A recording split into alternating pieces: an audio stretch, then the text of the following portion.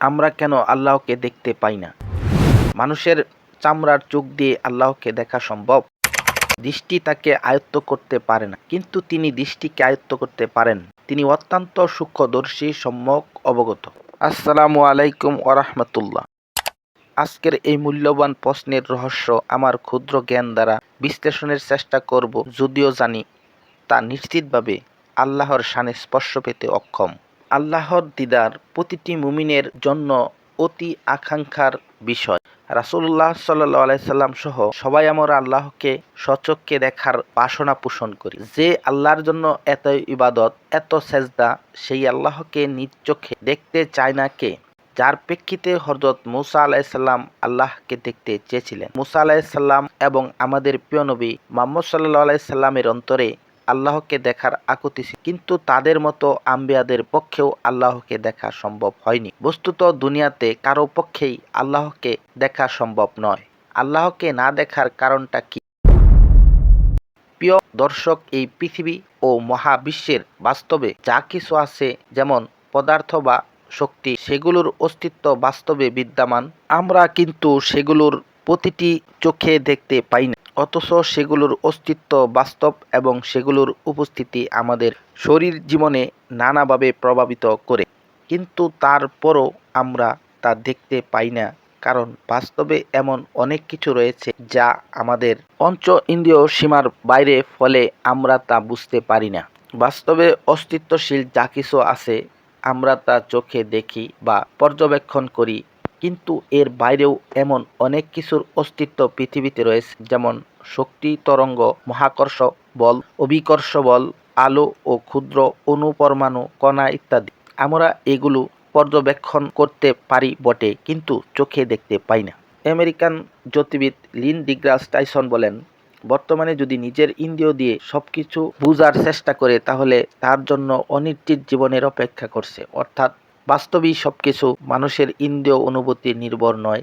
তাই বাস্তবে অবস্থানরত সকল জিনিস মানুষ তার চোখ দিয়ে দেখতে পায় না।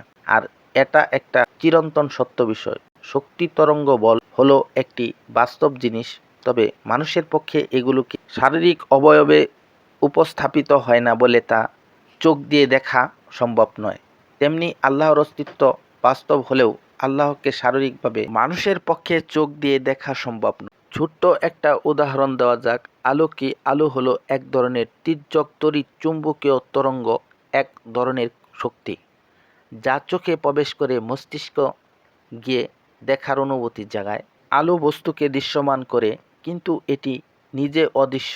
আমরা আলো দেখতে পাই না, কিন্তু আলোকিত বস্তু দেখতে পাই। আবার সব ধরনের আলো দিয়ে বস্তু আলোকিত হয় না, ফলে আমরা তা দিয়ে দেখতে পাই না। মানুষের দৃশ্যমান আলোর তরঙ্গ দৈর্ঘ্য হচ্ছে 380 থেকে 780 ন্যানোমিটার। এর চেয়ে কম বা বেশি তরঙ্গ দৈর্ঘ্যের আলো দিয়ে মানুষের পক্ষে দেখা সম্ভব নয়। অথচ পৃথিবীতে অনেক পশু পাখি আছে যারা এর নিচে বা উপরে তরঙ্গ দৈর্ঘ্য আলোতে অনায়াসে দেখতে পায়। তাহলে বোঝা গেল এই সীমানার বাইরে একটি সুবিশাল জগৎ রয়েছে যা আমাদের দৃষ্টির সীমার বাইরে। আল্লাহ ইরশাদ করেছেন, দৃষ্টি তাকে আয়ত্ত করতে পারে না, কিন্তু তিনি দৃষ্টিকে আয়ত্ত করতে পারেন। তিনি অত্যন্ত সূক্ষ্মদর্শী, সম্যক অবগত। আল্লাহ হলেন আল-লতীফ বা সূক্ষ্মদর্শী।